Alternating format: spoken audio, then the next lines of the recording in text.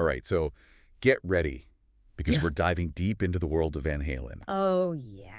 But not the way you might think. Not just the music. Not just the music. Oh. We're going deep with Alex Van Halen's memoir. Brothers. Brothers. It's so good. It's raw and personal. Very personal. It's the band, the music, and just that wild ride they had. From the drummer's seat. Straight from the drummer's perspective. What I think is so cool about this book is he doesn't just like dish out the dirt, you know? Right. It's not like bragging about the good times or whatever. It's a tell-all.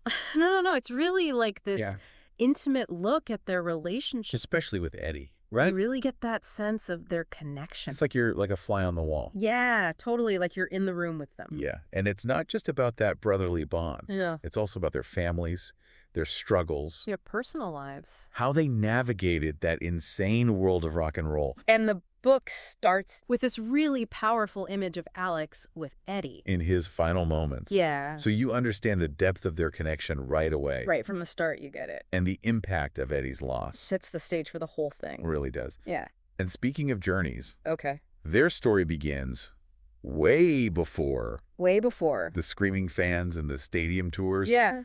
They were actually born in the Netherlands. Can you imagine? I know. These rock icons in the Netherlands. Starting out in a totally different world. I know. And their dad was a professional musician. Yeah. He was playing gigs all over Europe. Wow. And then World War II hits. Oh. And he was forced to play German propaganda songs. Wow. By the Nazis. Talk about heavy start. I know. To a musical career. For real. You could really see how those early experiences shaped their work ethic. Shaped their perspective on life. Yeah, their outlook on life. Yeah. But eventually the family decides to take a leap of faith. Come to America. And immigrate to America. Can you picture little Alex and Eddie? No. Barely speaking English. Landing in Pasadena, California. Pasadena. Total culture shock. It gets even crazier. What? Shortly after they arrive, their dad ends up in jail. Wait, what happened? There was this mix-up. Right. A language barrier thing. Okay. And he was wrongly accused of having marijuana. Oh, no. Imagine the fear I know. and confusion for those young boys. That is insane. It's wild. But through all those challenges, music remained a constant. Absolutely. It was their thing. Yeah. They started with classical piano training. Oh, wow. They even won some competitions. Really? You can see how their mom was trying to guide them towards a more traditional path. Right. A respectable career. Exactly. And then, bam. The British invasion hits. Like a switch flips. Yeah. Suddenly it's all about rock and roll, guitars, and drums. And they weren't just listening. No. They were playing. Yeah. Alex talks about their first gig. Playing their elementary school graduation. Oh, that's cute. But they secretly took another gig beforehand just to get some practice. No way. Seriously. Seriously. That's dedication. Dedicated. What happened when the school found out? Oh, it was chaos. I bet. They tried to stop them. Worried they'd steal the show. Oh, that's hilarious. It's such a funny story. I love that. It really shows their rebellious spirit. Even as kids. Even as kids. So we've got these two immigrant kids. Obsessed with rock and roll. Yeah. Setting their teeth in the clubs of Pasadena. How did they go from playing those school gigs to becoming Van Halen? It's a wild ride, let me tell you. Okay. They went through different band names. Okay. Played in some shady clubs. Uh-huh. They even worked with this guy who called himself the godfather of rock and roll. The godfather of rock and roll. I know. What was this place like? It was called Gazzari's. Gazzari's. And it was this crazy melting pot of up-and-coming bands. Yeah. All vying for their shot. Yeah. They played alongside some wild characters. I bet. Honing their skills, developing their stage presence. Yeah. Basically living the rock and roll dream. Or at least the chaotic beginnings of it. Oh, right. Exactly. Okay, I'm picturing some legendary jam sessions. Oh, yeah. And maybe a few broken guitars along the way. For sure. Was it all about the music at Gazzari's? Let's just say it was a very rock and roll experience. Okay. There were parties, wild stories, Mm-mm-mm. even some questionable DIY stagecraft. Like what? Alex talks about stealing floodlights for their shows. Stealing floodlights. Oh. That's some next level dedication to their art. Admitted. What else did they get up to? They built their own smoke bombs. What? Using empty cat food cans and gunpowder? No way. Don't try that at home, kids. That sounds super dangerous. Yeah. But I guess that's part of what made Van Halen so legendary. Totally. They were willing to push the The boundaries fearless. and take risks. Yep. And all of this is before David Lee Roth enters the picture. Yeah, before they were Van Halen. Right. They were Mammoth. Mammoth, okay. And Roth actually had a pretty different musical taste. Really? Can you imagine Van Halen without Roth's signature vocals? It's hard to picture. I know. But what was he into? He was more into, like, crooners. Okay. Like Louis Prima, Uh-huh. Al Jolson. Wow. He even wanted to wear white gloves on stage. White gloves, that's a far cry from Jump in Panama. Right. So how did he end up as the frontman for one of the biggest rock bands of all time? You won't believe this. What? It was Alex who pushed for Roth to join. Seriously? He saw something special in Dave's energy and showmanship, Wow. even if their musical taste didn't quite align. So we have Alex to thank for bringing Roth into the fold. Pretty much. That's amazing. He actually jokes about taking the blame He does. for all the chaos that followed. Why bet? But you can tell there's this deep respect between them, Yeah. even when they were butting heads. So they've got Roth. They're playing these marathon sets at Gazzari's. Yeah. They're becoming a local sensation. Uh-huh. What happens next? Does fame just come knocking? Not quite. Okay. They were actually forced to play a lot of top 40 covers, which Alex describes as torture. Really? But they found ways to sneak in their own songs, Vice. defying the club owner Yeah. and giving the crowd a taste of what Van Halen was really about. Okay, so they're playing covers, yearning to break free with their own music. Yeah. There's got to be a turning point coming, right? Oh, yeah. Some big break that changes everything. That's where things get really interesting. Yeah, I'm ready. Let's just say a certain legendary producer walks into Gazzari's one night, Okay. and the rest, as they say, is history. And the rest, as they say, is history. But you know what really struck me about Alex's account of those early recording sessions? What's that?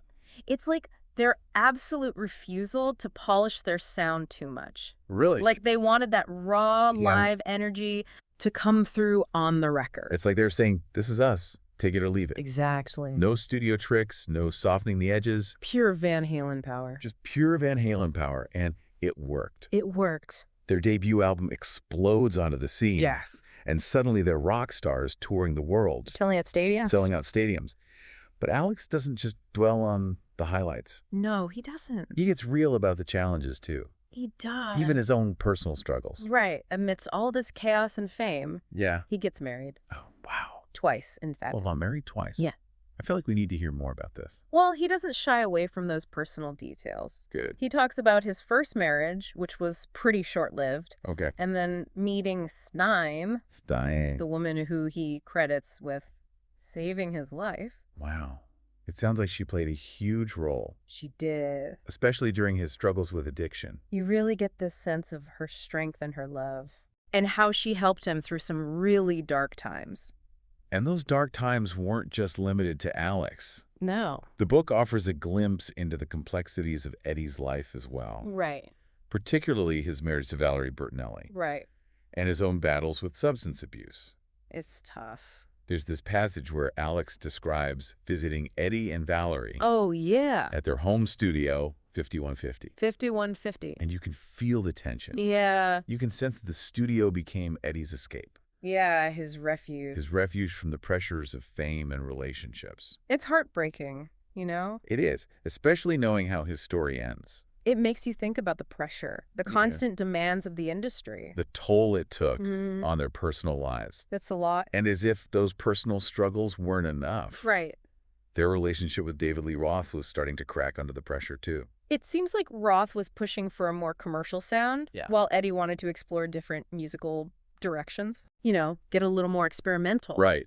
Get a little weird. That creative tension Yeah. is a constant undercurrent in the book. I can imagine. You see it come to a head during the recording of the album 1984. Which, ironically, Ironically, became their biggest commercial success. it's like that conflict fueled their creativity. It makes you wonder what might have happened Yeah. if they hadn't bumped heads so much. Right. Could they have achieve that level of success Yeah. without that tension? It's a question that lingers It really does. long after you finish the book. Totally. And of course, after 1984 explodes, Right. Roth decides to leave Van Halen. To go solo. What was that like for Alex and Eddie? Yeah. What was that like? It was a huge blow, Yeah. a betrayal. Yeah. Even Alex talks about feeling blindsided, lost and confused. Right. But you also sense this determination Yeah. to keep the legacy of Van Halen alive, Yeah. even without Roth. That resilience is incredible. They could easily call it quits. Totally. But they bring in Sammy Hagar. A whole new era. And what's fascinating is how Alex's role in the band evolved. Yeah, He really stepped up, he did. became more of a leader, Yeah, and played a crucial role in keeping things on track. keeping it together. He even shares some pretty wild stories Yeah. about their time on the road with Hagar. Like what? Like the time they snuck into Graceland No way. and partied by Elvis's pool. Seriously. Alex describes it with his signature dry humor. I can imagine. You can just picture them, Yeah. drunk and rowdy, Swimming in the king's pool. until security chases them off. Oh, man. Only Van Halen could pull that off. I know, it's those little glimpses into their lives, Yeah. the crazy antics The quiet moment. that make this book so engaging. It feels like you're right there with them. Experiencing it all firsthand. And through it all, you see this unwavering theme of brotherly love, even when they're fighting or disagreeing. That bond between Alex and Eddie, It's unbreakable. it really is. And that bond becomes even more poignant in the later chapters Yeah. as Alex reflects on Eddie's final years Yeah. and his lasting legacy. It's powerful. You can feel the weight of his loss, Yeah. but also the deep love and admiration he had for his brother. He even talks about feeling Eddie's presence. That's, Like he's still there with him. that's beautiful. It's a beautiful and heartbreaking testament. To their connection. And it brings us back to the core of the book, brotherhood. Brotherhood. It's not just a rock and roll story. It's a human story. It's about family, the challenges and triumphs of a life lived on your own terms. And the enduring power of music Yeah, to connect us all. exactly. We've covered a lot of ground in this deep dive into brothers, from those early days in the Netherlands to the heights of rock and roll stardom and everything in between. And what's really remarkable is how Alex weaves together the personal and the professional. Yeah.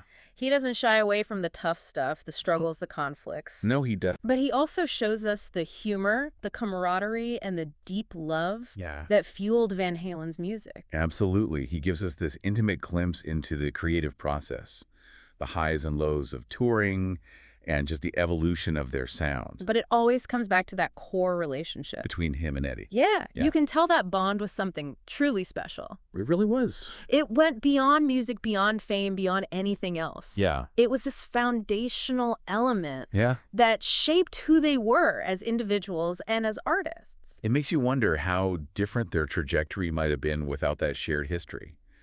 You know, without that unwavering support for each other. So many bands implode, you Right, know, yeah. because of ego clashes or creative differences. Right. It happens all the time. But with Alex and Eddie, there was always this underlying respect and understanding. Even when they disagreed. They pushed each other, they challenged each other, Yeah. but ultimately they had each other's backs. And you see that reflected in the music. Oh, absolutely. There's this raw energy, this Yeah. emotional depth that comes from a place of genuine connection. It's not just about technical skill or catchy riffs. It's about something deeper, something that resonates on a gut level. And I think that's what makes Van Halen's music so timeless. It really is. It's not just about a particular era or genre. No, it's universal. It's about the human experience, the joys and sorrows, the struggles and triumphs that we all share. Exactly. So why should you care about Alex Van Halen's story? I think it's more than just a rock and roll memoir. Okay. It's an invitation to look behind the curtain, Yeah. to see the human beings behind the legends. It's a reminder that even rock stars face challenges, Right. make mistakes, and have to navigate complex relationships. Just like the rest of us. It's also a story about resilience, Huh. about finding your passion and pursuing it relentlessly, No matter what. even when the odds are stacked against you. And it's about the power of family. Yes. Those bonds that can sustain us through the toughest of times. Alex doesn't sugarcoat anything. He's honest about his own shortcomings, Yeah. his struggles with addiction, Uh, his moments of doubt and despair. but he shows us how he found strength Yeah. in his family, in his music, and in his unwavering belief in himself and his brother. It's a story that will make you laugh, make you think, and maybe even make you shed a tear or two. Yeah. But most importantly, it will leave you with a deeper appreciation for the music of Van Halen. And the remarkable journey of the brothers who created it. So if you're looking for a book that will challenge you, inspire you, and entertain you, Go check out Brothers. you won't be disappointed. And on that note, we'll wrap up this deep dive into Alex Van Halen's Brothers. Until next time. Keep exploring, keep learning, and keep rocking.